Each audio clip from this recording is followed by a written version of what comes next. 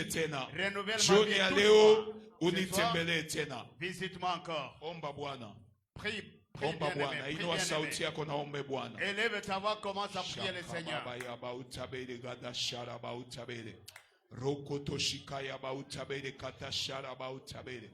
Tunabariki jina lako Bwana. Père, nous bénissons ton nom. Omba, inua sauti yako. Ni muda mzuri ya kuambia Bwana akutembelee C'est tena. un moment où tu demandes au Seigneur de te visiter. Baba, tunakuambia ni wambo natosha ndani ya maisha yetu. Père, c'est toi qui mérites dans nos vies. Tunakusogelea tena jioni ya leo. Nous nous approchons de toi ce Acha soir. ututembelee tena. Laisse que tu nous visites Kwa namna encore. ya kipekee Bwana. Utembelee maisha yetu Bwana. Visite nos vies ce soir. Utuguse tena Bwana. Touche-nous ce soir. Tunakuinua, Nous t'élevons. tunakubariki, Nous te bénissons. tunasema asante, Nous disons merci. tunakushangilia tena Nous t'acclamons, kwa nous sababu hakuna t'acclamons. mwingine kama na Nous wewe. t'acclamons parce qu'il n'y a pas un Dieu comme toi. Est-ce qu'on unaweza heshimu Mungu fasi unakuwa?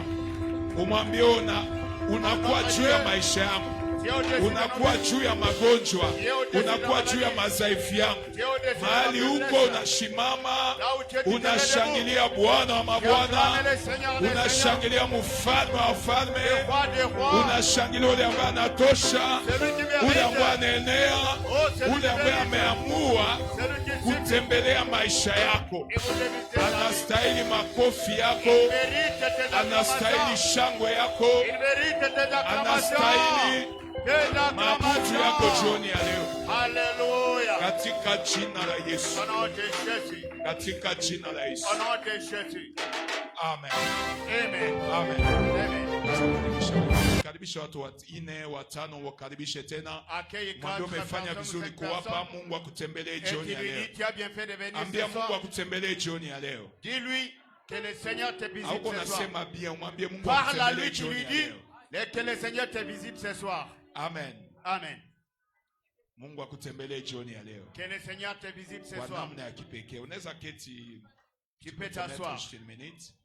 Alors nous bénissons le Seigneur. Tunabariki Bwana. Aujourd'hui c'est notre troisième jour de Leo prière. ni siku yetu ya tatu ya maombi. Nous avons commencé depuis le lundi. Tulianza tangu siku ya Et kwanza. lundi et hier, Siku ya kwanza na jana j'étais en train de poser un peu les bases de notre prière. nilikuwa nikiweka misingi ya Expliquer maombi. pourquoi Dieu nous veut dans cette prière. Kufasiria kwa nini Mungu anatutaka ndani Et ya comme maombi. je l'ai dit aujourd'hui, Na vile nilisema leo nous sommes en train de commencer avec notre premier orateur. tunaanza na mnenaji wa kwanza. Nous irons avec lui jusqu'à mardi prochain. Tutaendelea naye hadi siku ya pili juma kesho. Nous aurons un deuxième orateur, Tutakuwa na mnenaji wa pili qui sera Irambo.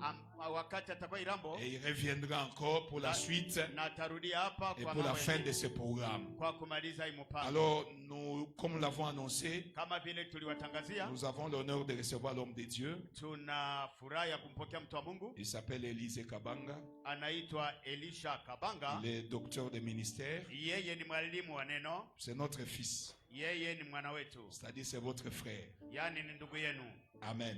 Amen. Il vient de Kinshasa Anatokea Kinshasa. et il dirige une église à Lemba, Anaongoza kanisa mukomini ya Lemba qui est l'extension de l'église de l'apôtre Sila. ambayo ni tunda ama kijiji cha kanisa ya mtume Sila. Alors nous disons Karibu à Bukavu. Nous disons bienvenue à C'est la Bukavu. première fois qu'il est à Bukavu. Ndio mara Karibu kwanza sana. anafika Bukavu. Bienvenue. Et je sais que Dieu va nous bénir. Ninajua kwamba Mungu atatubariki. Dieu va nous visiter Mungu atatutembelea au travers de son ministère. kupitia huduma yake. Alors je vais te demander de les suivre à tous les temps qui sera ici. Nataka nikwambie mfuate kwa makini Je vais te wakati. demander de noter Nitakuomba pia et je uandike. sais qu'il y a quelque chose qui va changer dans Na ta vie. ninajua kuna kitu kitabadilisha ndani ya maisha. Dieu l'a déjà oint pour toi Mungu tayari amempaka mafuta juu yako. et toi fais ta part Na wewe fanya yako et tu vivras la visitation de Dieu. na wewe utaishi uwepo wa Est-ce Mungu. que nous sommes prêts à les recevoir? Je, tuko tayari kumpokea?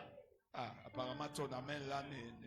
Amina Est-ce yako. que tu es prêt à les recevoir? Je, uko tayari kumpokea? Est-ce que tu es prêt à écouter les messagers de Dieu? Uko tayari kusikia mjumbe wa Alors Mungu? si tu es prêt, tu vas t'élever là où tu es. Ukiwa tayari, Nous allons simama, honorer l'homme de Dieu. tutamheshimu Nous allons Mungu, honorer la parole de Dieu. tutaheshimu neno la Et Mungu. pendant que le docteur Élisée s'avance, Wakati nous sommes en train d'acclamer le Seigneur tunashangilia Bwana pour l'honorer encore ce kwa soir. kumheshimu tena. Ok, Swahili. Aushangilie Bwana, aushangilie. Haushangilie, haushangilie. Haushangilie. Haushangilie.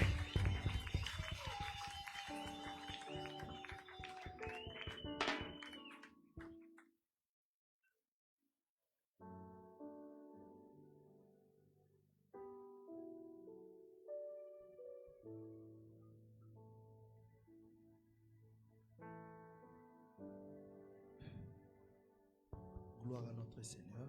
Utukufu kwa Mungu wetu. Est-ce qu'on peut acclamer encore pour le Shangilia tena Bwana mara tena.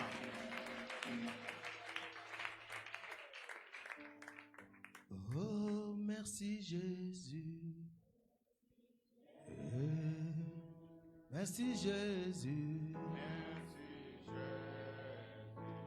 Merci Jésus. Alléluia. Oh, merci Jésus. Merci Jésus. Merci Jésus. Oh, alléluia. Oh, Yozanzambe. Ah, Yozanzambe. Yozanzambe. Oh, alléluia. Oh, Pambolama. Oh, Pambolama. Pambolama. Oh, alléluia. Oh, Pambolama. Oh, Pambolama. Oh, Pambolama.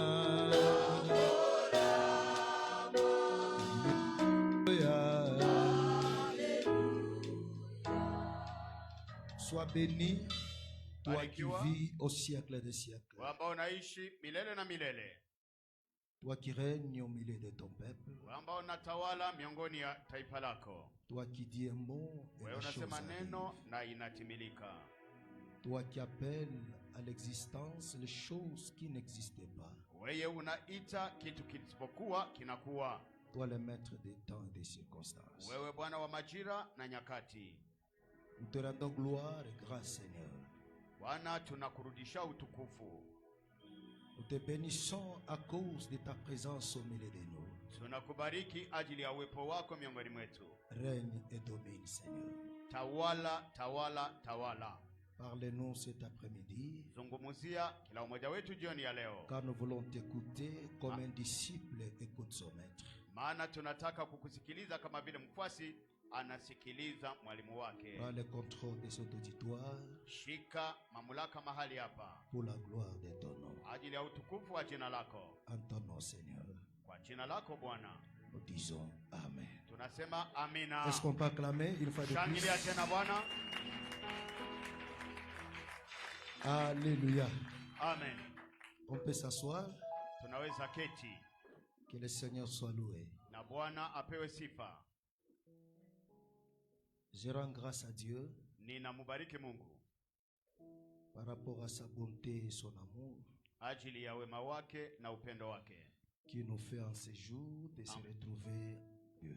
Ambao inatuma tunakutanana hapa leo. Je remercie aussi mes pères, bien mon père. Ninasema asante kwa mababa zangu ama baba yangu. Pour la confiance qu'il a manifestée envers son serviteur. Kwa kuwekea mtumishi wake kitumaini. De me donner l'opportunité de partager la parole du Seigneur avec nous. Na kutupatia fursa ya kugawa neno la Mungu pamoja. Gloire à notre Seigneur. Utukufu imurudilie Mungu wetu. Et bénis aussi l'église en général. Ninabariki pia kanisa kwa ujumla. Pour la présence de tout un chacun de nous. Kwa ajili ya uwepo wa kila mmoja wetu. Alléluia. Amen. Est-ce que tu peux acclamer pour la gloire du Seigneur? Shangilia kwa utukufu wa Mungu. Merci. Asante. Nous allons lire la parole du Seigneur. Tutasoma neno ya Mungu. Genèse chapitre 15, Mwanzo 15.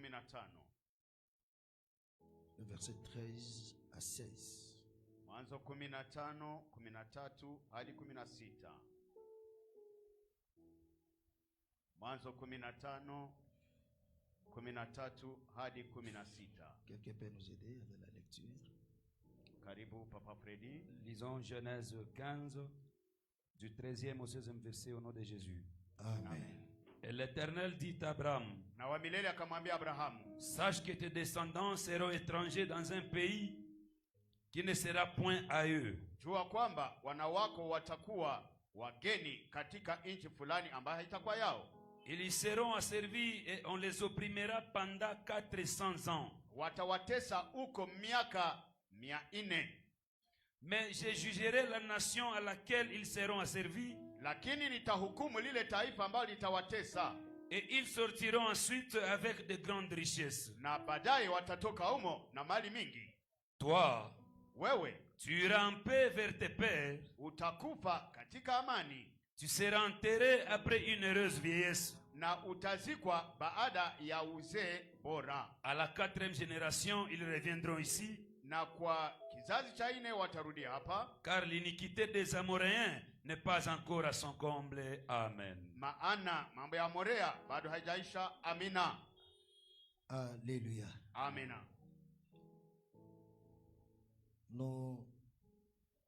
Nous allons expliquer cette portion d'écriture pendant quelques minutes. Tutafasiria hii machache kwa muda mchache.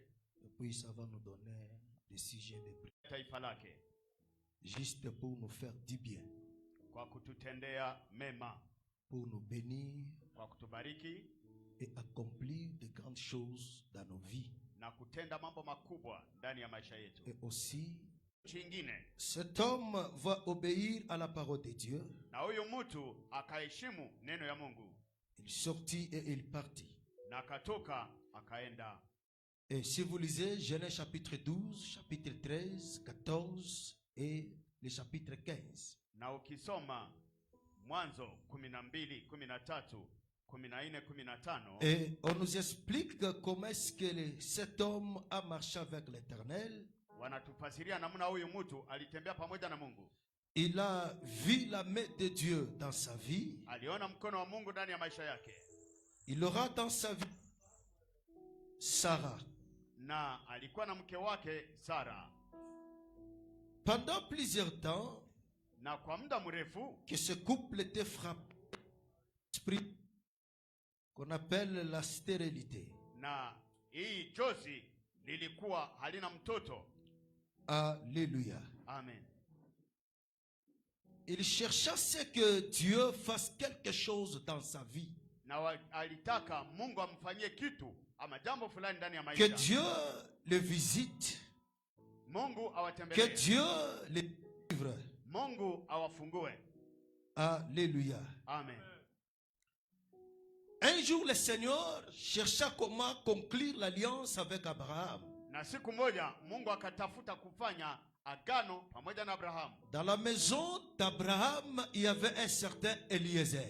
Na katika nyumba ya Abrahamu kulikuwa mtu mmoja Et aliitwa pendant que Eliezer. Dieu était en train de parler avec Abraham, Na wakati Mungu alikuwa akizungumza na Abrahamu, Abraham, dans sa tête, considérait Eliezer comme l'intendant de sa maison. na Abrahamu alimchukua Eliezer kama mwakilishi wa mali Et yake, il l'aimait trop et il le considérait dans sa vie. na alikuwa anampenda na akampatia nafasi ndani ya Comme maisha yake. Dieu est derrière sa parole pour l'accomplir, Kama vile Mungu yuko nyuma ya neno lake kwa lui qui kutimiza. avait dit à Abraham, Yeye ambaye alimwambia Abrahamu, sache que tu auras une postérité, jua kwamba utakuwa et la na familia postérité kubwa, viendra par Sarah ta femme. na hiyo familia kubwa itatokea na Sara mke Et wako. nous sommes dans le chapitre 15, Na hapo tuko katika chapter où 15 l'Éternel est en train de déclarer quelque chose qui est très très important. kwenye wa milele alitamka kitu cha muhimu. Il fait la promesse à Abraham et il dit, Akampatia Abrahamu sache que ta ahadi. postérité, Akamwambia, tazama ta uzao wako, descendant, toi, ils seront étrangers dans un pays. uzao wako watakuwa wageni mwinchi Pendant fulani. que Dieu parlait avec Abraham, Wakati Mungu alizungumza na Abrahamu, Isaac n'existait pas. Isaka hakukuwa, et il ne savait pas qu'est-ce qui allait se passer. na Abrahamu hakujua kile kitatokea. Quelqu'un me dit amen. Sema amina. Alléluia. Amen. Et la Bible continue encore en disant, Na Biblia inaendelea kusema kwamba à la 4e génération, kwa kizazi cha 4 ces peuples sortiront. na hiyo taifa itatoka. On va parcourir un peu la Bible pour voir quelque chose qui est très très important. Na tutachunguza ndani ya Biblia tuone Quand Dieu fait la promesse, wakati Mungu anapana ahadi, il finit toujours par l'accomplir. lazima ataitimiza. Quand Dieu te dit quelque chose, Mungu akikwambia kitu, ce que Dieu te dit, chenye Mungu anakwambia, retiens cela et crois qu'il n'est pas un fils de l'homme pour te mentir. wewe uiweke kwa akili na ujue kwamba yeye sio mwanadamu kwa kudanganya. Seigneur, donne-moi un bon son, ingénieur. Ingénieur, le son. Sauti nzuri tafadhali, sauti nzuri. Alléluia. Amen.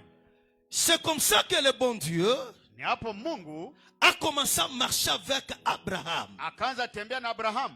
Lui qui avait la promesse, Yeye ambaye alikuwa na ahadi, Dieu lui a promis une grande postérité. Mungu akamwahidi kuwa na kizazi Mais kikubwa. en face d'Abraham, il y avait une femme qui était incapable de concevoir. Lakini kwa Abrahamu kulikuwa mke mtasa. Abraham attendait des enfants de cette femme.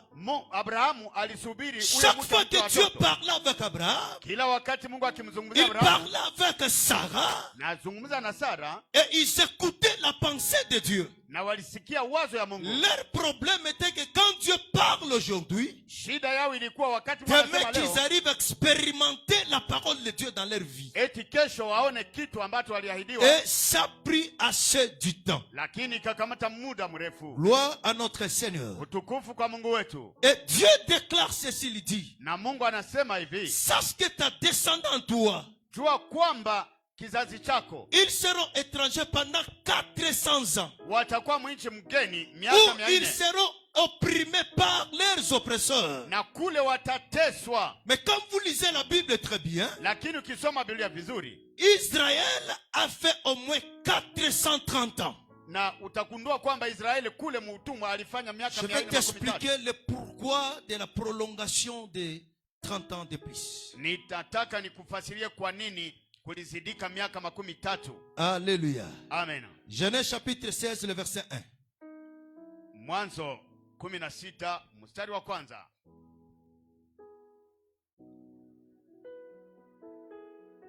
Oui, bien-aimé.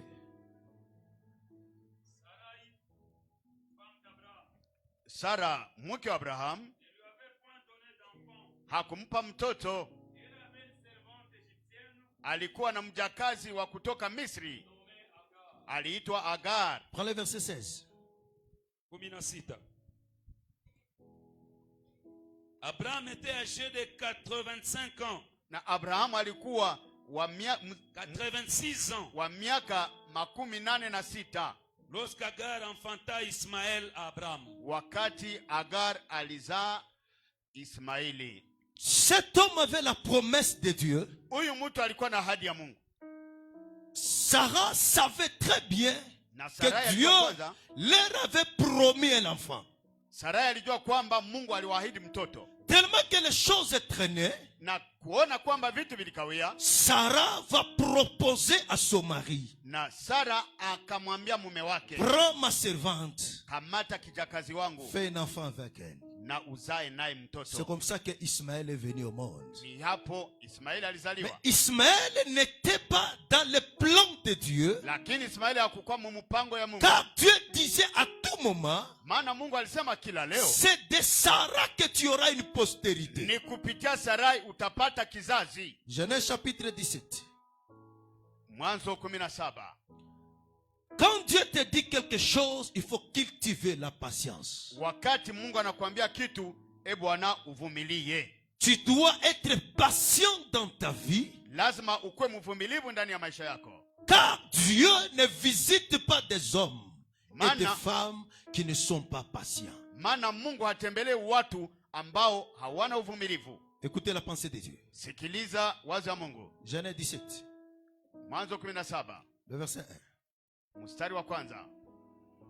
Lorsqu'Abraham fut âgé de 99 ans, wakati Abrahamu alieneza umri wa miaka 99, l'Éternel apparut à Abraham na Mungu kamtokea et Abrahamu lui dit, akamwambia, je suis le Dieu tout-puissant. mimi ni Mungu wa uweza yote. Marche devant ma face et sois intègre. Tembea mbele ya uso wangu na ukamilifu. Le verset 5. Mstari wa 5. On ne t'appellera plus Abraham, Hawatakuita tena Abrahamu, mais ton nom sera Abraham. lakini jina lako kitageuzwa kuwa Abrahamu. Car je te rends père d'une multitude de nations. Maana ninakufanya baba wa taifa kubwa. Dieu déclara à Abraham, il dit, je te fais le père d'une multitude de nations. Mungu akamwambia Abrahamu kwamba anamfanya baba wa taifa Mais kubwa. pendant qu'il parlait avec Abraham, Lakini wakati alizungumza na Abrahamu, Ismaël était déjà né. Ismaili alikuwa alishazaliwa Mais tayari. Dieu dit, ce n'est pas Ismaël. Lakini Mungu anasema hapana, haiko huyu Il Ismaili. est promet un père de la multitude Anamwahidi kuwa baba wa au mataifa, moment où sa femme, Sarah, na japo mke est wake Sarai incapable de concevoir. hangeweza zaa. Alléluia. Amen. Prends-moi le verset 10 à 14 du même chapitre, chapitre 17. 17, 10 hadi 14.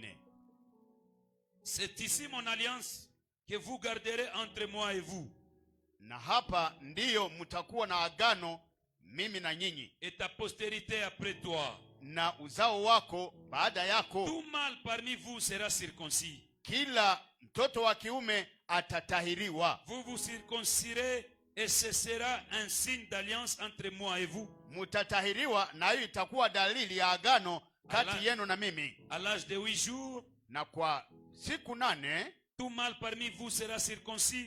kila mtoto wa kiume miongoni mwenu atatahiriwa, Selon vos générations, qu'il soit né dans la maison ou qu'il soit acquis à prix d'argent de tout fils d'étranger sans appartenir à ta race. katika vizazi vyako, wale ambao mtanunua kwa pesa au atakaozaliwa nyumbani On mwenu. devra circoncire celui qui est né dans la maison et celui qui est acquis à prix d'argent. Watatahiri yule ambaye amezaliwa mnyumba yenu na yule ambayo atanunuliwa kwa pesa. Et mon alliance sera dans votre chair une alliance perpétuelle. Na hiyo agano itakuwa ndani ya mwili wenu, agano ya milele. Un mâle incirconcis qui n'aura pas été circoncis dans sa chair sera exterminé du milieu de son peuple.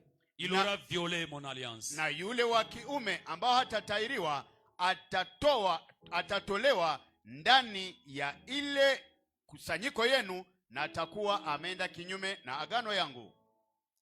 Alléluia. Amen.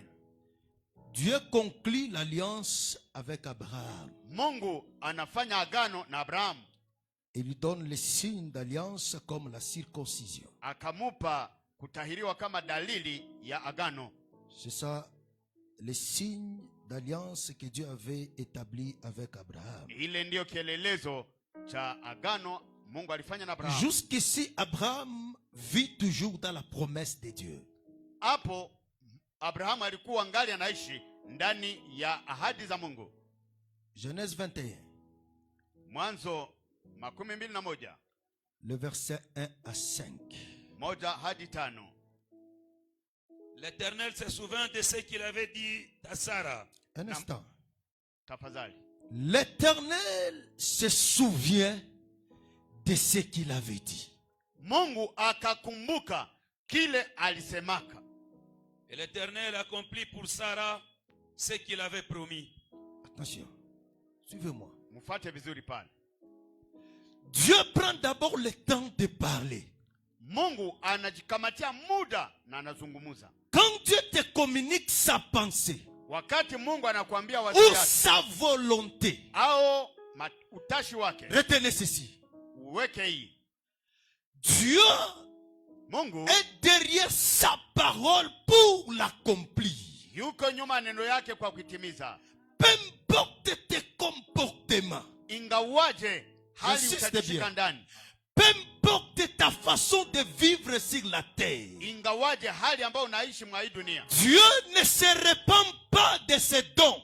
Mungu yeye harudie nyuma kwa yale amefanya. Prévenez que Dieu, Mungu quand il a créé la terre, wakati aliumba dunia, les choses visibles et invisibles, vitu vinavyoonekana na visivyoonekana. Il a créé les anges. Akaumba wa malaika. Et nous voyons aussi l'ange de la lumière qui était le diable. Na tukaona hata malaika wa Lorsque nuru le diable se rébella auprès de Dieu, wakati shetani Dieu le laissa avec toutes ses capacités. Mungu alimwacha na hizo nguvu zake zote. Vous allez vous rendre compte que Abraham, utagundua kwamba Abrahamu il avait perdu la foi devant Dieu. alikuwa amepoteza imani mbele ya Mungu. Si quelqu'un a la promesse de Dieu, Ni kusema ndani il ya arrive à Mungu perdre la foi. mtu anaweza poteza imani. La promesse de Dieu sera toujours là. Ahadi ya Mungu itakuwa hapo hapo. Sauf que ce que tu vas expérimenter dans ta vie, Sasa kitu utaona maishani mwako, la chose qui allait s'accomplir à la fin de cette année 2023, kitu ambacho kingetimilika kwa selon la mwaka pensée de Dieu, kulingana na wazo wa Mungu, parce que tu as perdu la foi, kwa maana umepoteza imani, ça va prendre encore du temps. itakamata muda. C'est ce qui s'est passé avec Abraham. Hiyo ilipitia Abrahamu na Abraham a pris une femme qui était dans sa maison. Abrahamu alikamata mke alikuwa En mnyumbani. d'autres termes, Abraham a comme qui siège licholi na kati na quartier. Yani Abrahamu alikuwa anazarauliwa mkartie.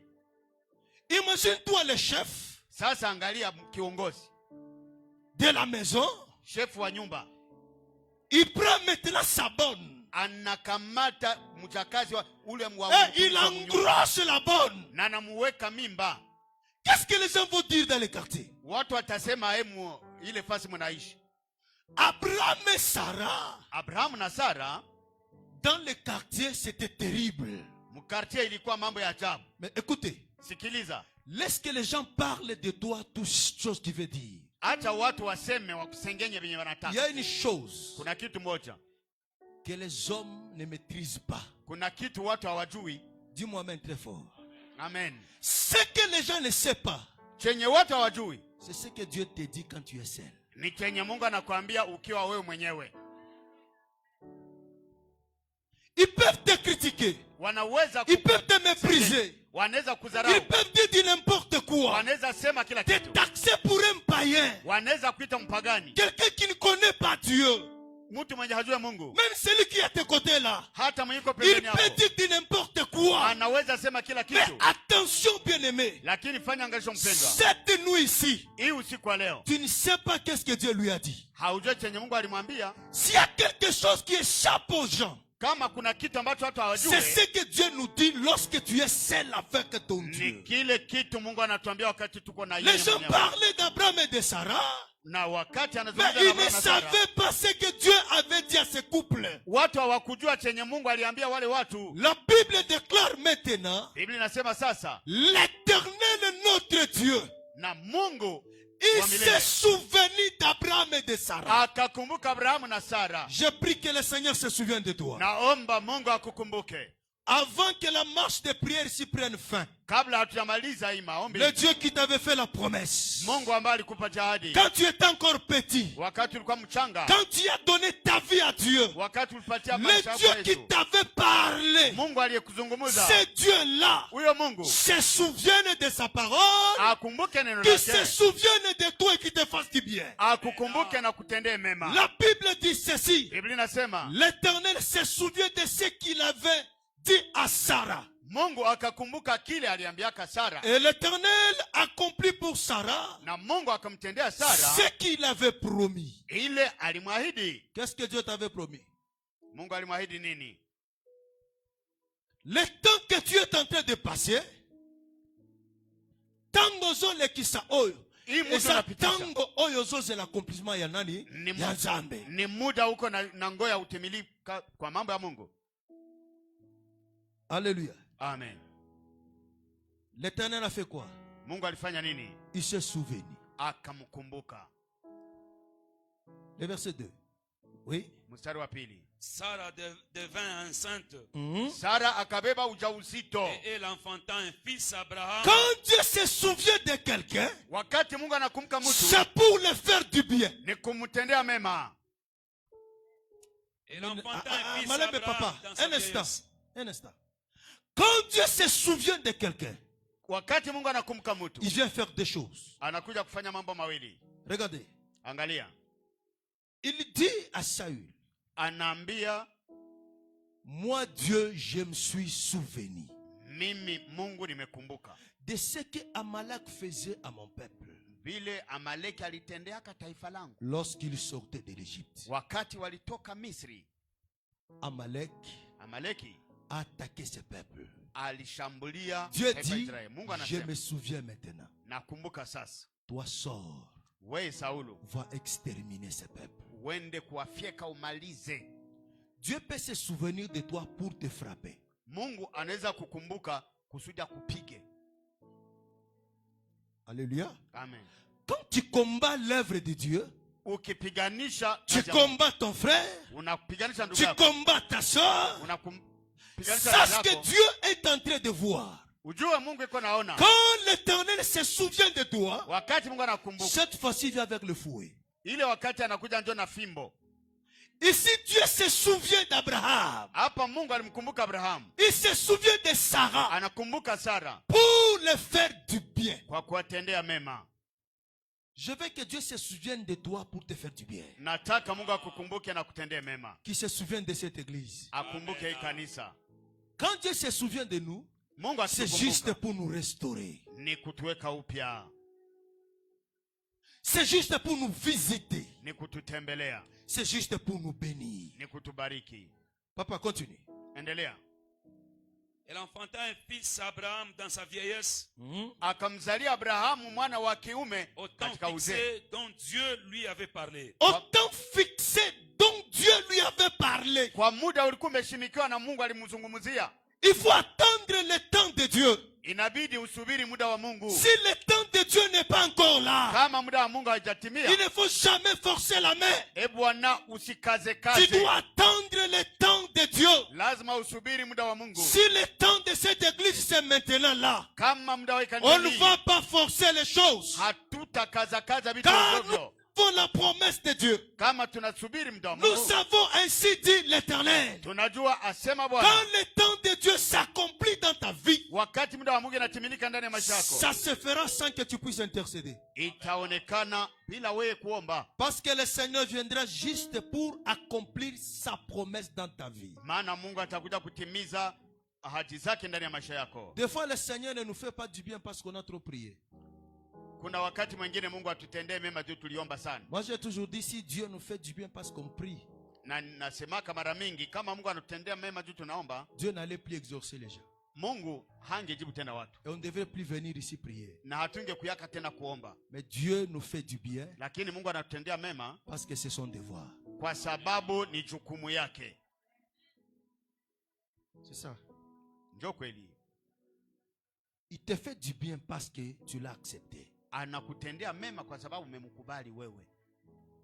Alléluia. Amen. Abraham était déjà fatigué. Abraham alikuwa amechoka. Sarah même désespérée. Ya Sara alikata Ah. tumaini. Toi, tu as toujours dit comme ça. Wewe unasemaka tu hivyo bwana.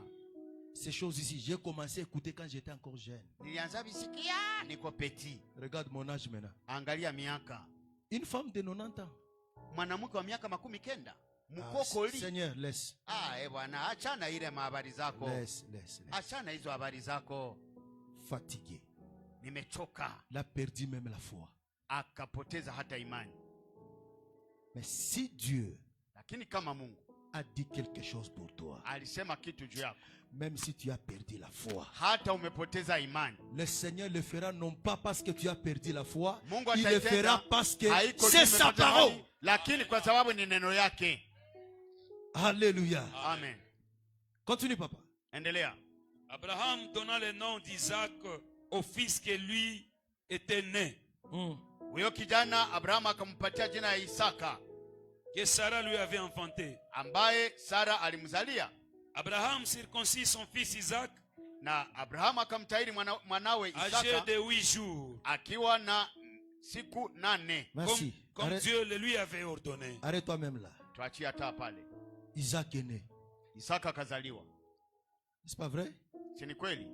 À son tour, Na kwa turu yake le père verra que mon fils a atteint l'âge. baba akaona kwamba mwana ameeneza umri, Il faut que Isaac trouve une femme. inabidi Isaka aowe. Qui a vu Nani aliona que l'enfant grandit? kwamba mtoto amekomaa, c'est le Père. ni baba. Tel que nous sommes dans l'église, Hivi tuko mkanisa, nous avons un seul Père. tuko na baba moja. C'est le Père qui va vous regarder Ni baba ndiye et ataangalia comprendre na kuelewa que ce frère a grandi. kama huyu ndugu amekomaa. Tu es trop calme. Uko kimya sana. C'est le Père qui a constaté que Isaac a grandi. Ni baba ndiye amegundua kwamba Isaka amekomaa. Isaac avait au moins 40 ans. Isaka alikuwa na miaka, Quand il s'est marié, wakati il avait au anaoa, moins 40 ans. alikuwa na umri wa C'est miaka le 10. Père qui a constaté que mon fils a grandi. Ni baba ndiye ameona kwamba mtoto wangu amekomaa. Dans l'église de Dieu, Ndani ya kanisa ya nous Mungu avons un seul Père. tuko na baba moja tu. C'est le Père qui te dira, je vois maintenant que tu as grandi. Ni baba atakwambia naona umekomaa. Même si on te donne la chair, tu prêches. Hata wanakupatia madhabahu Tu chantes. unaimba, Tu unahubiri, fais tout ce que tu fais. unafanya yote, Donc tu fais quelque chose dans l'église. unafanya kitu na Cela ne kanisa. signifie pas que tu as atteint la maturité. Ile haiko kusema umekomaa. C'est le Père qui te dira que je vois maintenant que tu as Ni grandi. baba ndiye atasema naona umekomaa. Aujourd'hui, ce n'est pas le cas. Hein? Leo haiko vya vile. Aujourd'hui, ce n'est pas le cas. Leo haiko vya vile. Ngapi nazana loko nzambe. Bana, na mimi niko na kitu ya Mungu ti. Bapero wana bakosa kabiso. Ngapi nazana loko.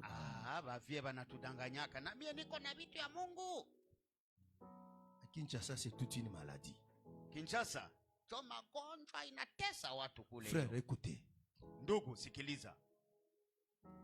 Peu importe les années que tu as fait dans cette assemblée. Ingawaje miaka umepitisha ndani ya kanisa. Écoute ma sœur. Unisikilize. C'est le Père qui te dira que je vois que tu as grandi. Ni baba atakwambia naona umekomaa. L'enfant qui est allé demander à son père, Père, donne-moi ma part.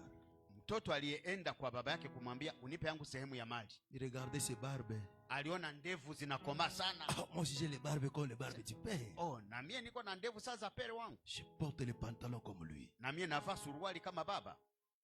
D'ailleurs, je le dépasse même de la taille. Kwanza, niko mrefu kumshinda. Père, donne-moi ma part, je pars. Papa, nipe yangu sehemu ya mali, nataka niende lwangu ni hepe. L'enfant se croyait déjà grand. Alifikiri kwamba amekomaa. Reste là où tu es assise. Kaa pale jusqu'à ce que le Père hadi baba constatera. Atagundua. Je vois que le bien-aimé Roger a grandi. Aseme naona ndugu Roger amekomaa. C'est le Père qui a les yeux de voir. Ni baba ana macho ya kuona. Le Fils n'a pas les yeux. Mwana hana macho. Ce que le Père voit, chenye baba naona, le Fils ne voit pas ça. Mwana hata ikiona. Alléluia. Amen. Quand le Père dit quelque chose, wakati baba anasema kitu, ce qu'il dit là c'est la vérité. Ile anasema ni kweli. Il dit cette fois-ci mon fils va se marier. Akasema sasa mwanangu anataka kuoa sasa. C'est comme ça que Isaac va se marier à une femme qu'on appelle Rebecca. Ndio hapo Isaka alimchukua Rebeka akamwoa. Alléluia. Amen. C'est par Isaac ni kupitia Isaka et Rebecca, na Rebeka, quelque temps après, de mêmes complications a repris encore. Na shida zile zile zikarudia. Le Seigneur visita encore Rebecca. Mungu akamtembelea Rebeka. Cette femme tomba enceinte. Na huyo mke akachukua ujauzito. Qu'est-ce qui s'est passé? Na kulipita nini? Par Rebecca, kupitia Rebeka, il y aura des enfants. Kukatoka watoto wawili. Jacob Yakobo et Esau. Na Esau. De ces deux, kupitia wale wawili, l'un d'eux, umoja wao, selon la pensée de Dieu, kulingana na wazo ya Mungu, c'était Jacob. Ni Yakobo. Jacob devait prendre la supériorité sur son frère. Ilibidi akamate akue mkubwa wa mwenzake. C'est comme ça qu'il va quitter la maison de ses parents. Ndio pale atoka nyumba ya wazazi. Il va se retrouver ailleurs. Akaenda mahali fulani. De là, il va trouver deux femmes. Na kule akakuta wake wawili. Léa et Rachel. Léa na Rakeli. De ces deux femmes, nao wake wawili, il va faire sa famille. Na kafanya yake familia. Avec ses 12 fils. Na kazaa watoto 12. Amen. Amen. De ces 12, na kupitia wale wa 12, l'histoire a commencé. historia ikaanza. Alléluia. Amen. Qu'est-ce qui s'est passé maintenant? Na nini ilipitika sasa? Quelque chose s'est passé ici. Kuna kitu kilipitika hapo. La Bible nous explique clairement. Biblia inatufasiria wazi. Quelque temps après, Na muda kitambo baadaye, comme le père faisait les champs, kama vile baba alikuwa kwa shamba il levait ses troupeaux, na alikuwa akifuga manyama zake, Joseph était au milieu d'eux. Yusufu alikuwa miongoni mwao. Joseph va commencer à faire des songes. Yusufu akaanza pata ndoto. Un jour il se réveille, Na siku moja akaamuka, il dit, akasema, regardez ce que j'ai eu. angalia vyenye nilota. Nous étions dans les champs. Tulikuwa ndani ya shamba. J'ai vu ma gerbe à moi. Niliona mti wangu. Ma gerbe. Mupiko wa matiti, Donc fungo ya majani yangu. na katika se prosterner devant moi. Wote wanakuja kuniabudu. Son père prend la parole. Baba yake akasema, Qu'est-ce que tu veux dire? unataka sema nini wewe? Moi, Mie, ta mère mama yako et tes frères, na ndugu zako nous venons un jour au devant. Arrivé là-bas, walipofika huko, quelque chose va se passer. kuna kitu kilipita. Ils se sont dit non, on ne peut pas les tuer, Wakasema hatutamuua, il faut les vendre. tumujishe tu. C'est comme ça que Joseph Ni hapo ndio Yusufu va quitter Cana. akatoka Kanana, Il va se retrouver en Égypte. anajikuta Misri. Or, la prophétie de Dieu, Na japo unabii wa Mungu, Dieu avait dit à Abraham, Mungu alimwambia Abraham, sache que ta postérité, jua kwamba uzao wako ils seront quelque part. watakuwa mahali fulani. Or, Joseph, Na japo Yusufu il est de la postérité d'Abraham. na yeye ni kizazi cha Abraham, D'où l'accomplissement de la prophétie, de la pensée de Dieu s'est accompli. na hiyo kutimilika ya mawazo ya Mungu ikatimilika. Alléluia. Amen. Alléluia. Amen. Alléluia. Amen. Écoutez, bien-aimés. Sikiliza mpendwa, Joseph, Yusufu après avoir fait les songes, kisha kulota ndoto, ses frères ont compris quelque chose, ndugu zake wakaelewa kitu moja, que cet homme finira un jour à régner sur nous. kwamba huyu mtu atakuja kututawala siku moja. Mais la pensée de Dieu Lakini wazo wa dans Mungu la vie de Joseph ndani ya maisha ya Yusufu a commencé à déranger la vie de Joseph.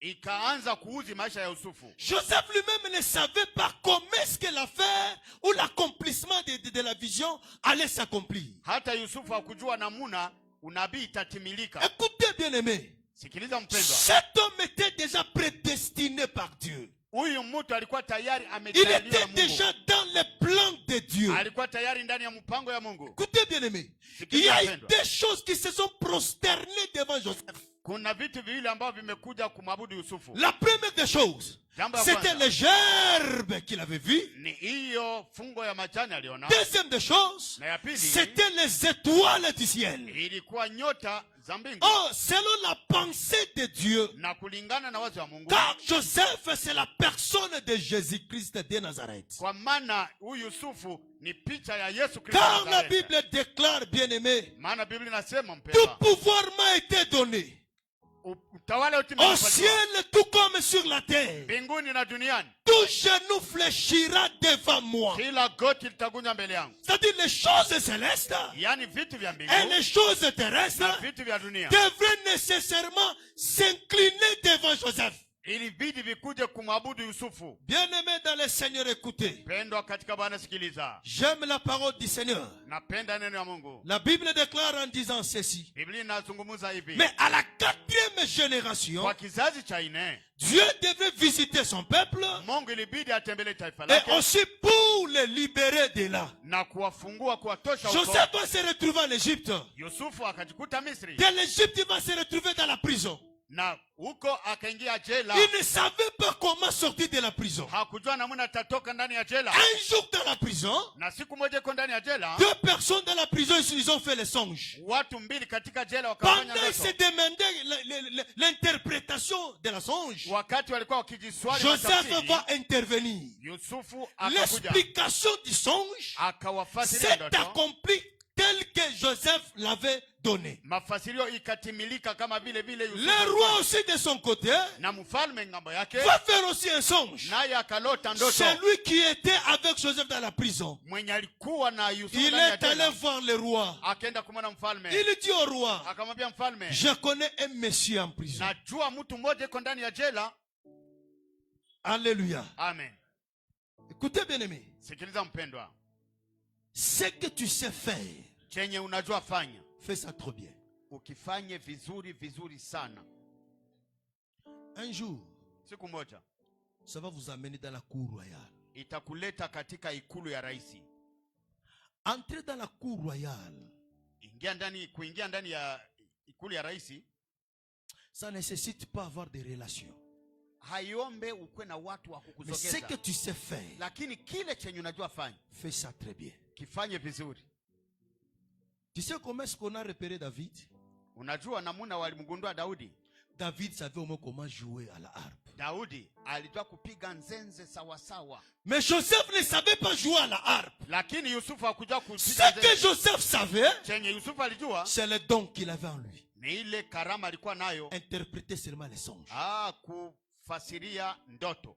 Frère, Ndugu, entrer dans la cour royale. kuingia ndani ya ikulu ya rais Et c'est un diplôme à l'université. haiombe mpaka ukwe na cheti ya juu. Ce que tu sais faire, Chenye unajua fanya fais ça très bien. ukifanye vizuri. Joseph, le jour qu'il interprétait, Wakati Yusufu alikuwa akifasiria, le monsieur est allé parler au roi. huyo mtu akienda kumfasiria mfalme, Il dit, un monsieur prisonnier là. kamwambia huko mfungwa moja ndani ya jela kule Il parle bien. anasema bien.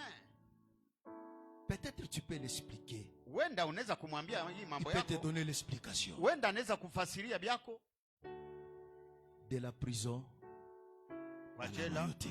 wakamtosha akaenda kwa nyumba ya mfalme. Qu'est-ce qu'il a amené là-bas? Kitu gani ilimuleta? Ce jour-là, je suis en train de voir comment est-ce que c'était. Niko najiangalia ilikuwa jinsi. Qui avait habillé Joseph?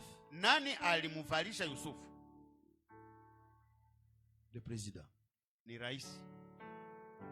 Le roi a donné l'ordre. Mfalme akapana oda Parce qu'il a besoin de voir Joseph. kwa sababu anahitaji kumwona Yusufu. Joseph dans la prison. Yusufu ndani ya jela, Pour quitter la prison kusudi atoke et jela aller voir le roi. aende kuona mfalme. C'est le roi qui a ordonné. Ni mfalme alipana oda, Il faut habiller cet homme-là. mumuvalishe huyo mtu. Écoutez bien aimé. Sikiliza mpendwa, Ce que tu sais faire, chenye unajua fanya, fais ça très bien. ukitende vizuri Ça peut vous ouvrir des portes. inaweza kufungulia milango. Ne néglige pas ce que tu maîtrises. Usizarau bila unajua. C'est comme ça que Joseph a été libéré de la prison, Ni hivyo Yusufu alitoshwa ndani ya jela escorté par des militaires. akisindikizwa na maescort, Il va se retrouver dans la maison du roi. anajikuta ndani ya nyumba mfalme. Le roi commença à parler. Mfalme akaanza sema, Joseph donna l'explication. Yusufu Pendant ce temps, akamfasiria. Na hiyo wakati Les frères de Joseph ndugu zake na Yusufu et son père na baba yake en Cana, huko Kanana ils ont pleuré Joseph wakalia que Yusufu Joseph était déjà mort. kwamba Yusufu tayari alimefariki. Dieu sait comment organiser les choses. Mungu anajua kupanga mambo. Alléluia. Amen. Son sambalinga visiter yo. Kama Mungu anataka kutembelea, Akosala likambozi Papa Roger.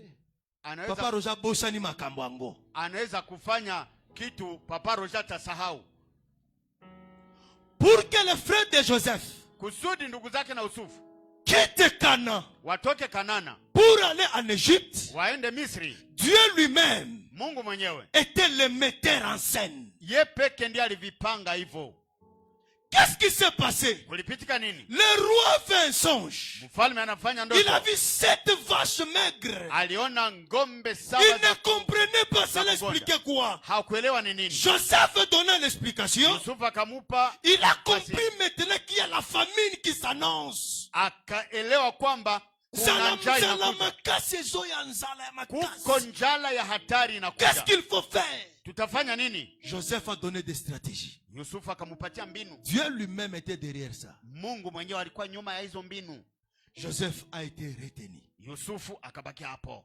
De l'autre côté, Na huko ngambo nyingine, c'est la famine qui entre encore. kule ni njaa. Oh, le plan de Dieu, Na japo mpango wa Mungu c'était pour libérer les frères de Joseph ni kutaka wa ndugu zake na Yusufu et le père de Joseph na babake na Yusufu pour les amener tous en Égypte. wote wakuje Misri. Car la prophétie dit, Kwa sababu nabii nasema, sache que ta descendance doit Abraham, jua kwamba uzao wa ils Abrahamu seront étrangers dans un pays. watakuwa wageni ndani ya nchi Mais fulani. comment est-ce qu'ils devraient se retrouver là-bas? Sasa kule watafikaje? Joseph se retrouva là-bas Yusufu alifika huko par la volonté de Dieu. kupitia mpango wa Mais Mungu. comment est-ce que ses frères devraient quitter Canaan? Na ndugu zake watatoka Kanaani. Dieu imposa la famine en Canaan. Mungu akatupa njaa kule Le Kanaani. père se réveilla Na baba et kasimama il dit à ses enfants, anaambia watoto wake, j'ai appris qu'en Égypte il y a du pain. nimesikia kwamba kuna mkate huko Misri. Dis-moi même très fort. Sema amina. Au moment où nous parlons, il y a le pain en Égypte. Hapa sasa kuna mkate Misri. Celui qui veut prendre le pain, Anaitaka kuchukua mkate, il doit aller en Égypte. lazima aende safari. Parce kwa qu'en Misri. Égypte, Maana Misri il y a un vendeur du pain. kuna muuzishaji mikate. Le vendeur du pain, Huyo muuzisha mikate c'est un mort vivant. yeye ni mort vivant. Pour les Cananéens, Kwa Wakanana il est mort. yeye alishakufa. Pour les Égyptiens, Kwa Wamisri il est vivant. iko mzima. Pour les Cananéens, Kwa Wakanana, pour les Israéliens, kwa wana wa Israeli kule, cet homme est déjà mort. huyo mtu alikufaka zamani. Mais pour les païens, Lakini kwa wapagani, cet homme huyo mtu est vivant. iko hai Et c'est lui qui a le pain. na yeye ndiye ana mkate. Non, non, comité. Hauyafika. Pour les Israélites, Kwa wana wa Israeli, Joseph est déjà mort. Yusufu alikufaka zamani. Mais pour les Égyptiens, Lakini kwa Wamisri, Joseph est vivant. Yusufu yuko hai. Parce qu'il est vivant, Kwa maana iko hai c'est lui qui garde le pain. na ni yeye analinda mikate. Tu ne peux pas avoir le pain Hauwezi kupata mikate si tu ne pars pas en Égypte. kama haukwenda Misri. Écoutez, Sikiliza, Jésus-Christ, c'est un mort vivant. Yesu Kristo ni mwenye alikufa na iko Pendant hai. que de l'autre côté, on le déclare déjà mort. Wakati ngambo nyingine wanasema amekufa, Chez nous, les Égyptiens, kwetu sisi wa Misri il est vivant. niko hai. Il est vivant, c'est lui qui a le pain. Ni yeye ndiye ana mkate. Voilà pourquoi ce jour-là, Ndio maana hiyo siku il a pris le pain, alikamata mkate, il a rompu. akaivunja, Il dit, prenez et mangez. akasema twaeni na mukuleni, Ceci est mon corps. hii ni mwili wangu. Jésus-Christ, Yesu Kristo de l'autre côté, il est mort. ngambo ingine Mais wanasema pour anakufa, nous, l'église, lakini kwetu sisi kanisa, Jésus-Christ est vivant. Yesu Kristo uko hai. C'est pourquoi si tu vas en Israël, va seulement. Ukaona Mwisraeli, Mais attention, angalisho, à la fin de l'histoire, baada ya historia Joseph était retourné dans son pays. Yusufu akarudia kwa nchi yake. Mwenelo kwango? Unaona hiyo kitu Au moment où nous parlons, hapa kwenye tunasema il est encore avec nous. iko na sisi. C'est lui qui nous donne le pain. Yeye ndiye anatupa mkate. Mais après avoir distribué le pain, Na baada ya kugawa mkate, Joseph a laissé la prophétie. Yusufu akacha unabii. Le Seigneur vous visitera. Bwana atawatembelea. Quand il vous visitera, Wakati atawatembelea, ramenez mes os au loin d'ici. mifupa yangu muibebe na nyinyi. Joseph, Yusufu mort de l'autre côté, alikufa huko, mais doit quand même retourner dans son pays. lazima arudie kwa nchi yake. Au moment où nous parlons, Jésus-Christ est avec nous. Hapa tunasema Yesu ni sisi pamoja na sisi. Quand il va terminer de nous donner le pain, Wakati atamaliza kutupa c'est mkate, alors qu'il va rentrer dans son pays. ndio atarudia mu nchi yake. Mais au moment où nous parlons, Na hapa kwetu tunasema le véritable pain na mkate wa kweli est avec nous. Les iko na païens. sisi. Que le Seigneur te bénisse. Mungu akubariki. Alléluia. Amen. Le véritable Joseph, c'est Jésus-Christ de Nazareth. Na Yusufu wa kweli ni Yesu Kristo wa Nazareti. Et la Bible est en train de nous expliquer Na Biblia inatufasiria kwamba comment est-ce que le Père va envoyer ses enfants namuna baba atatuma wana wake aller en Égypte s'acheter du pain. mwende Misri mununue mikate. C'est comme ça qu'ils ont fait de tout. Ndio hivyo walienda na kurudi Arrivé là-bas, wafika kule ils ont trouvé Joseph, leur frère. wakakuta Yusufu ndugu yao. C'est lui qui était le Seigneur, le père de Pharaon. Yeye ndiye alikuwa anakuwa sababu baba wa Farao. C'est lui qui avait le pain. Yeye ndiye alikuwa na Tu mkate. ne peux pas manger le pain Hautakula mkate si tu ne vois pas Joseph. kama ukuona Yusufu. Joseph les a reconnus. Yusufu akawatambua. Ne fais pas du mal à celui qui est à tes côtés. Usifanye mabaya kwa yule iko pembeni yako. Toi, tu penses que tu es tenté de le faire souffrir. Wewe unafikiri unamtesa. Par contre, tu es tenté d'accomplir la volonté de Dieu. Kumbe uko natimiza mapenzi ya Mungu. Je fais ça pour que l'église renouveau tombe. Non, quand tu le fais, tu accomplis la prophétie de Dieu. Naifanya kusudi renouveau yanguke chini. Il Hapana, ne faut nikusema jamais mapenzi ya Mungu combattre ifanyike. ton frère. Usipiganishe mwenzako Parce que tu ne sais pas qu'est-ce que Dieu lui a dit la nuit. kwa sababu haujui chenye Mungu alimwambia usiku. Tala, mutakomono zole kana balabala ibite ndoto nino lotaki. Mtu atakuwa unapita kubalabala hapa, hajui venye ulilota usiku. Comporte-toi par rapport au songe que tu as fait. Tembea kulingana na ndoto ulipata.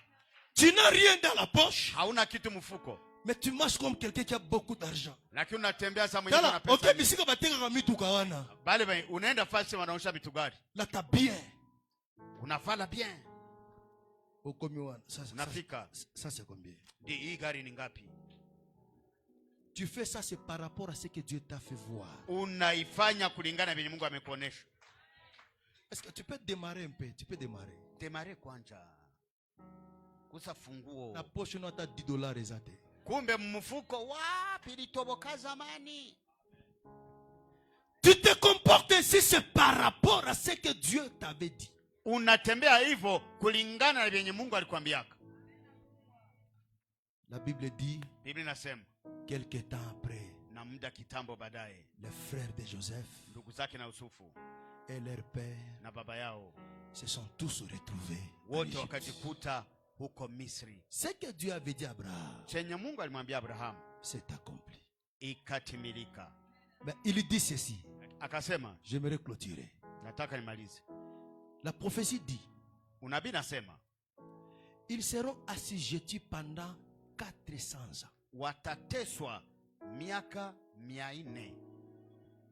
Lis-nous Exode chapitre 12. Utusomee Kutoka 12. Kutoka 12 tafadhali.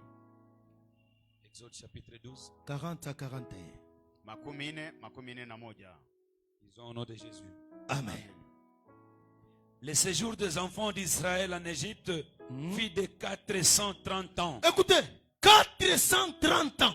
Miaka 430. Mais quand Dieu parlait avec Abraham, Lakini wakati Mungu alisema na Abrahamu, Dieu lui a dit en termes de 400 ans. Mungu alimwambia miaka 400. Donc il y a eu prolongation de 30 ans de plus. Yani kuliongezeka miaka 30. Quand Dieu veut visiter son peuple, Mungu akitaka tembelea taifa lake, il amène son peuple dans une prolongation. analeta taifa lake Dieu mkwendelea. va ajouter quelque chose. Mungu ataongeza kitu. C'est pourquoi vous allez constater, Ndio maana utagundua kwamba Dieu t'avait dit, Mungu alikwambia, je vais te faire du bien. nitakutendea mema Depuis 2000 ans.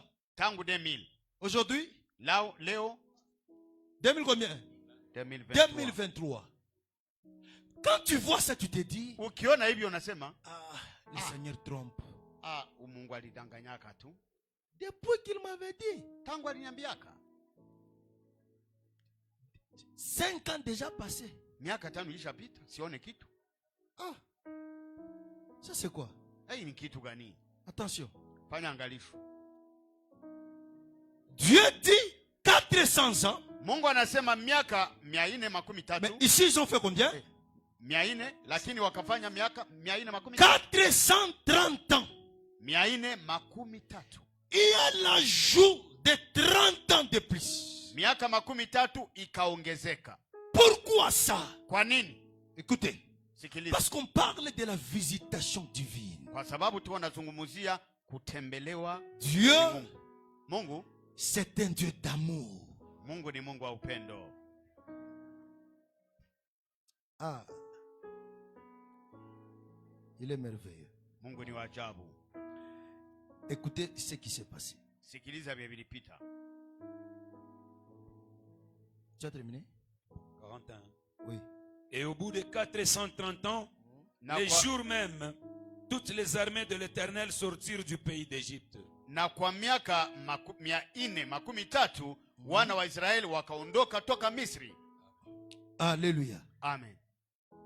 Voilà maintenant le pourquoi de 30 ans de plus. Angalia sasa kwa nini miaka 13 iliongezeka. Où j'aimerais dire à quelqu'un, Nataka kuambia mtu, Dieu t'a déjà dit quelque chose. Mungu ashakwambia kitu. Jusque là tu as constaté, ça fait maintenant 15 ans de plus. Na wewe unaangalia 10 ans de ushapita plus. miaka 10, miaka 15, 5 ans de plus. miaka 5 zaidi. Pourquoi? Kwa nini?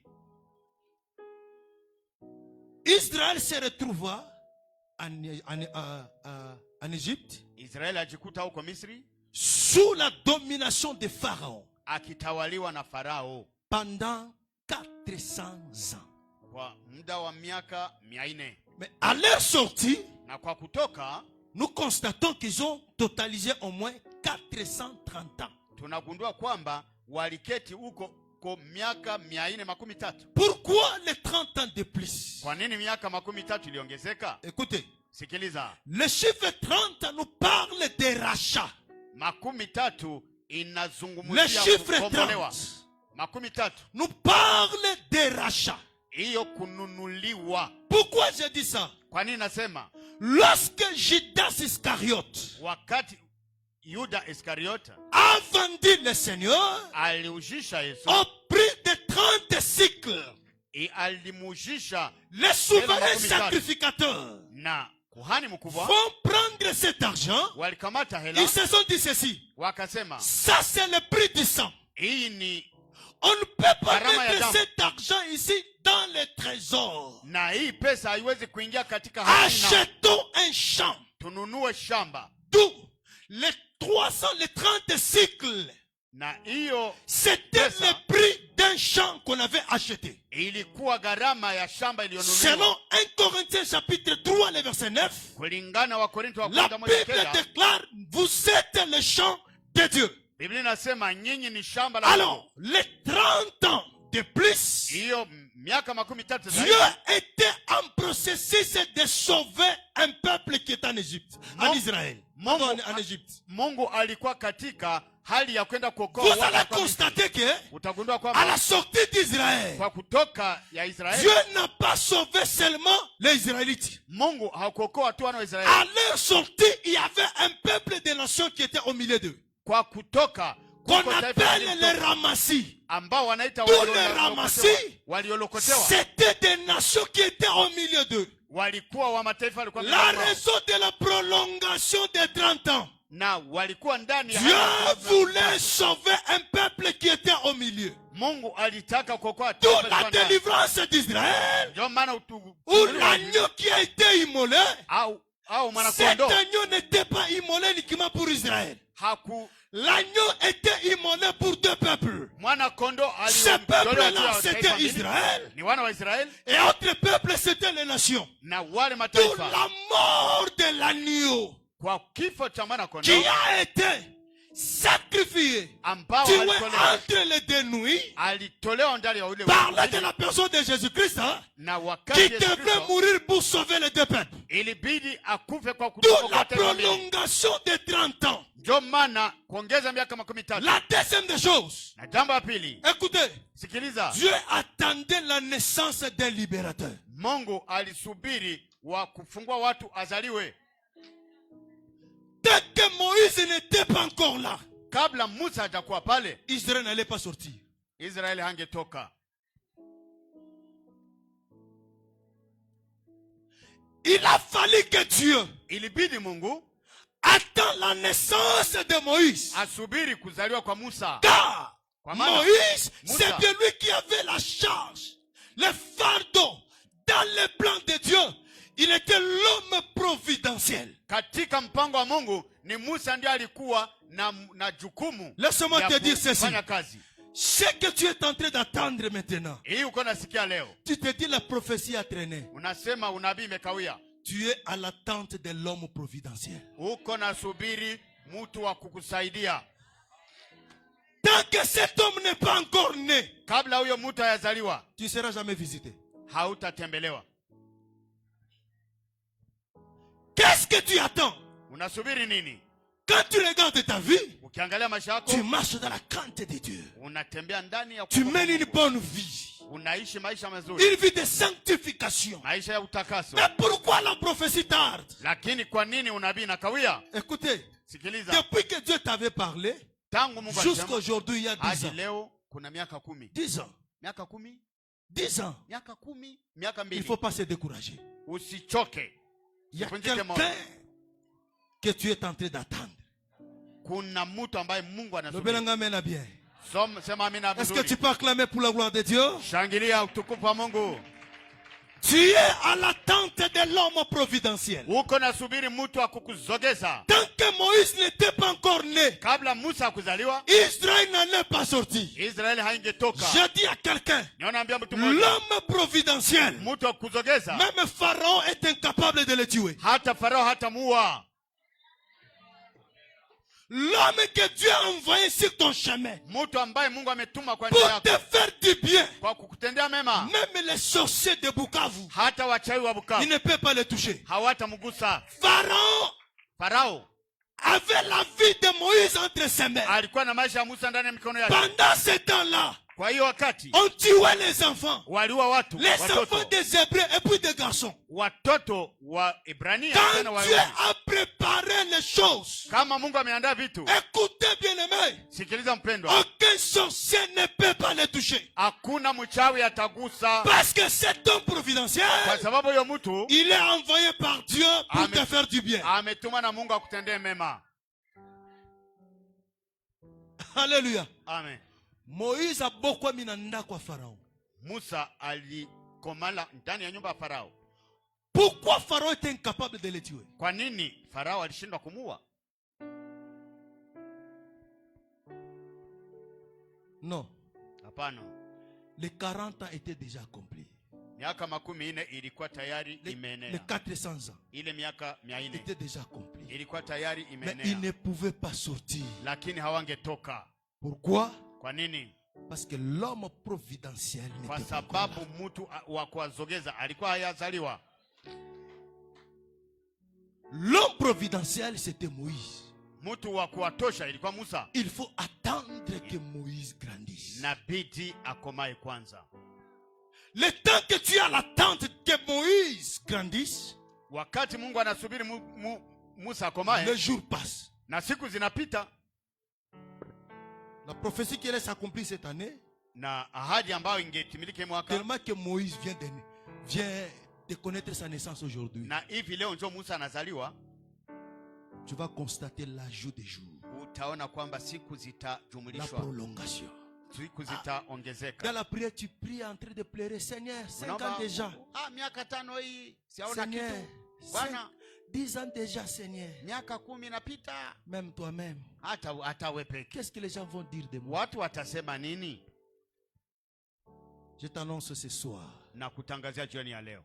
Le temps de visitation divine commence. Muda wa kutembelewa unaanza. Il y a Moïse qui vient de naître aujourd'hui. Kuna Musa ambaye anazaliwa leo. L'homme que Dieu a préparé pour toi. Mtu ambaye Mungu amekuandalia. Je prie le bon Dieu.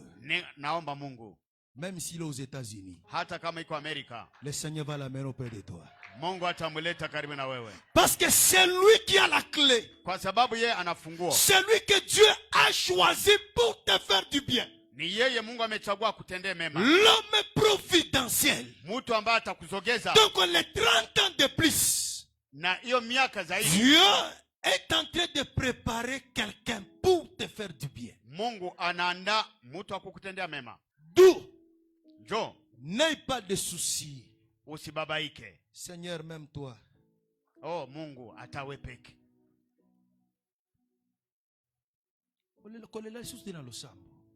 Pourquoi? Nalialia mu maombi. Kwa nini? Ah Seigneur, merci. Asante Bwana. Dieu va envoyer des frères et des sœurs providentiels pour cette église. Mungu atatuma wakaka na wadada wa kusogeza kanisa. Je me connais une église frère moko bando betelanga sente. Siku mani ko mukani $10. kila siku $10. Un jour le pasteur m'invite, il me dit Na siku viens fa nous prêcher mchungaji akaniita juste à côté de l'aéroport là-bas. Utuhubiri karibu na De Lemba à l'aéroport. Natoka huko Lemba nenda Nzenzei mweye. Le frère me dit non papa. Asema hapana baba. Ici on m'a appelé seulement. Hapa waliniita tu. Cette église ce n'est pas mon église. Hii kanisa haiko yangu. Nazaka na église na sambela raté. Mimi si kwake na kanisa naombaka ndani. Je vais te suivre. Ndakufuata. C'est depuis 2019 tangu miaka 2019 jusqu'aujourd'hui. Paka leo. Ce frère-là, il est à l'église. Anakuwa mkanisa. Papa, il me demande même pas 1000 francs. Haniombake hata 1000 makongomani. Je lui avais dit, si tu me suis, moi je n'ai pas l'argent à donner. Ukanifuata, sina lari ya kukupatia.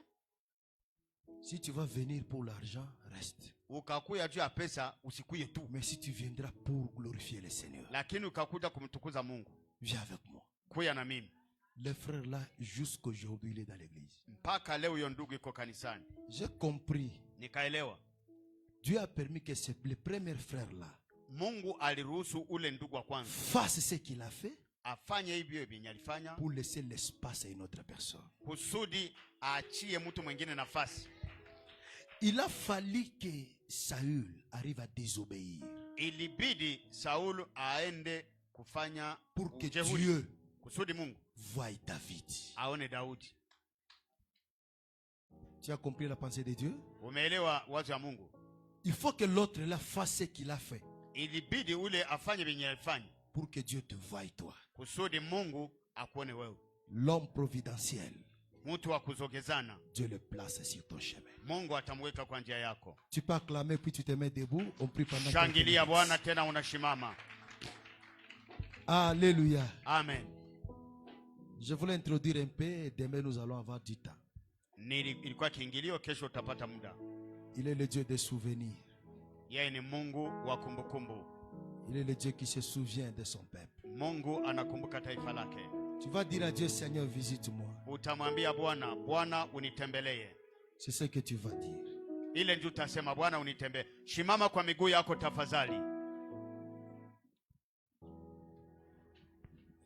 Il y a un cantique là qu'on chante.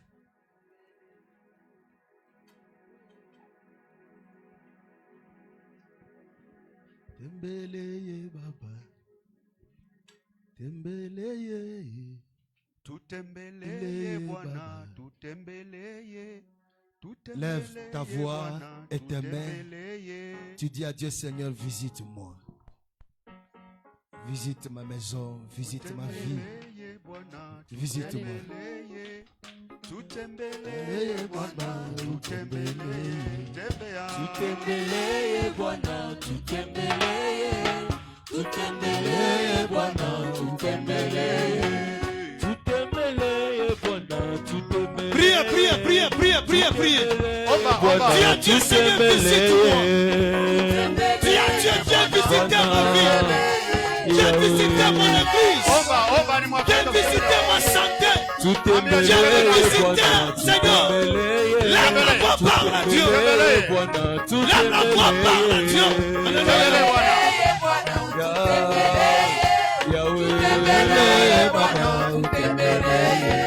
Tutembeleye Yesu, tutembeleye, tutembeleye Bwana, tutembeleye. Dans le nom puissant de Jésus, le Dieu de visitation c'est toi. Viens nous visiter, Adonai. Viens nous visiter, Seigneur. Visite ton peuple, Père. Comme tu as visité Abraham, comme tu as visité Sarah, viens nous visiter, Seigneur. Au nom de Jésus-Christ de Nazareth. Alléluia. tutembelee Baba, tutembelee Yesu, tuko hapa, tunakesha hapa. Gloire à toi, Seigneur. Tutembelee Bwana, tutembelee Yesu, Qui est semblable à toi, Père. Visite ton peuple, Seigneur. Au nom puissant de Jésus. Au nom puissant de Jésus. Visite-nous maintenant, Père. Visite ton peuple, Seigneur. Visite-nous, Adonai. Au nom de Jésus-Christ,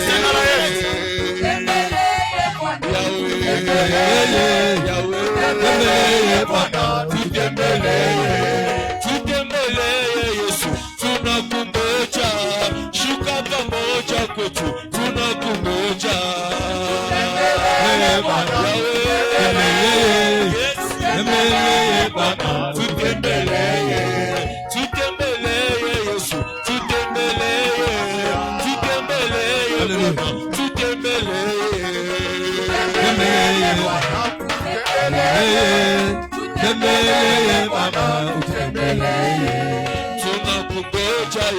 qui est semblable à toi, Père.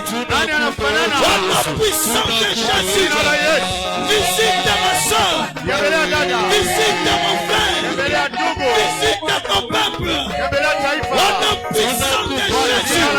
Au nom puissant de Jésus. Les yeux de visitation. Où es-tu, le véritable Dieu? Alléluia.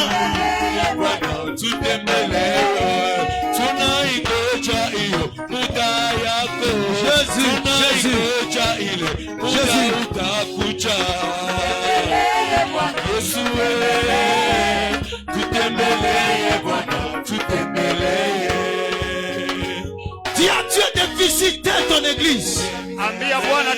Dis à Dieu, Seigneur, visite mon église. Dis à Dieu, visite mon église.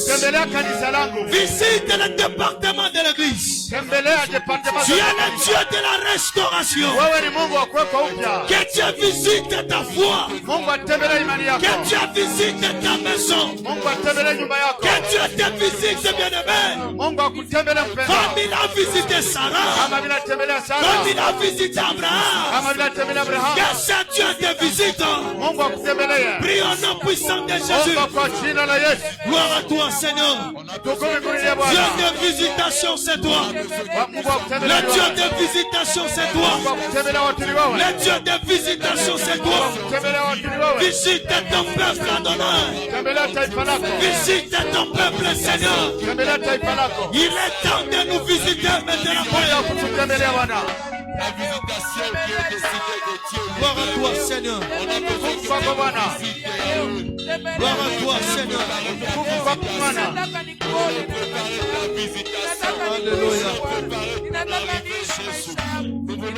Qui est semblable à toi, Seigneur.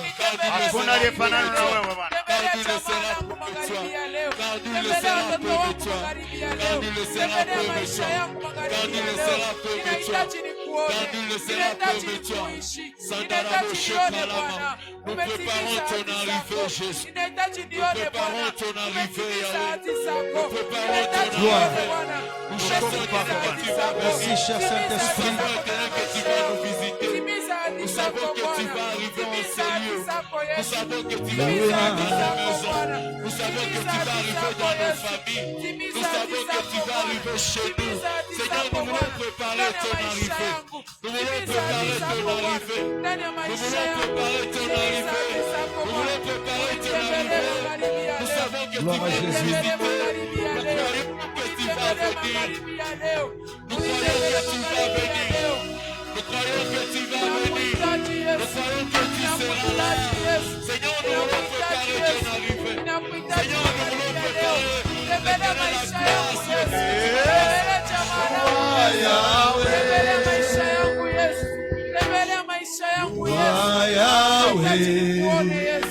Alpha et Omega. You are Yahweh, Alpha et Omega. J'aimerais prier pour toi maintenant. You are Yahweh. You are Yahweh.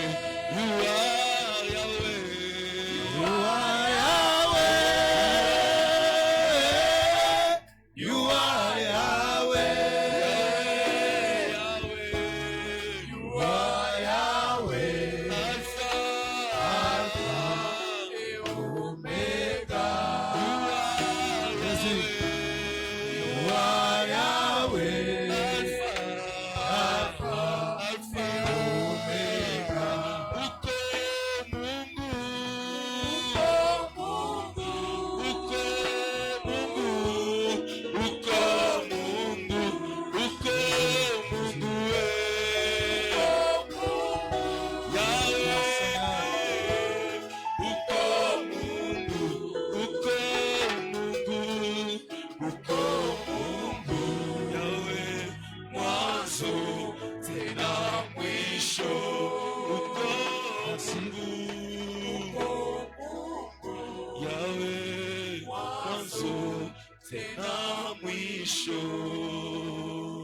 Lève ta main, j'aimerais prier pour toi.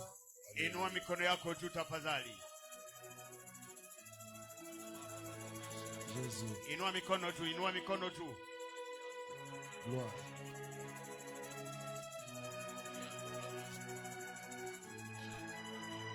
Ce soir, Jioni ya leo il veut te visiter. anataka kutembelee.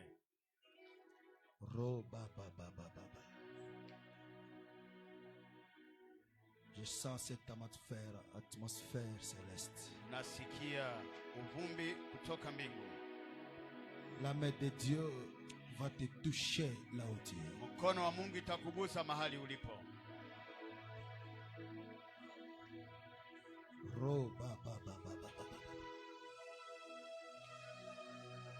Que la puissance du Saint-Esprit Nguvu za Roho Mtakatifu te touche maintenant. ikuguse sasa. Père, Baba, au nom puissant de Jésus, kwa jina la Yesu, que ta main visible, Père, mkono wako que utembee. ta main puissante, Père, Mkono wako wa uweza Baba, touche la vie de ma soeur, iguse dada, touche la vie de mon frère, iguse maisha ya kaka, touche ton peuple, Père de grâce. gusa taifa Au lako Baba nom wa neema, puissant de Jésus-Christ kwa de jina la Nazareth. Yesu. Recevez cette grâce maintenant. Que le vent du Saint-Esprit souffle en ces lieux. Na upepo wa Roho Mtakatifu upite hapa. Visite ton peuple maintenant. Tembelea taifa lako Bwana. Recevez cette grâce. Pokeeni hiyo neema. Visite ton peuple, Père. Tembelea taifa lako Visite la Baba. vie de l'église. Tembelea Visite kanisa. ton peuple, Seigneur. Tembelea kanisa. Touche son corps. Gusa. Touche sa vie. Gusa maisha. Touche sa santé. Gusa Au afya. nom puissant de Jésus. Kwa jina la Yesu. Par la puissance du Saint-Esprit. Kupitia nguvu za Roho Que Mtakatifu. les esprits qui tourmentent ta vie Mapepo zilikusumbua. quitte ton corps maintenant. Zikutoke sasa. Quitte ton corps maintenant. Toke sasa. Au nom puissant de Jésus. Kwa jina la Yesu.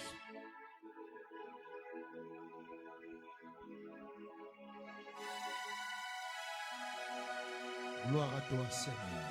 Utukufu kwako Bwana.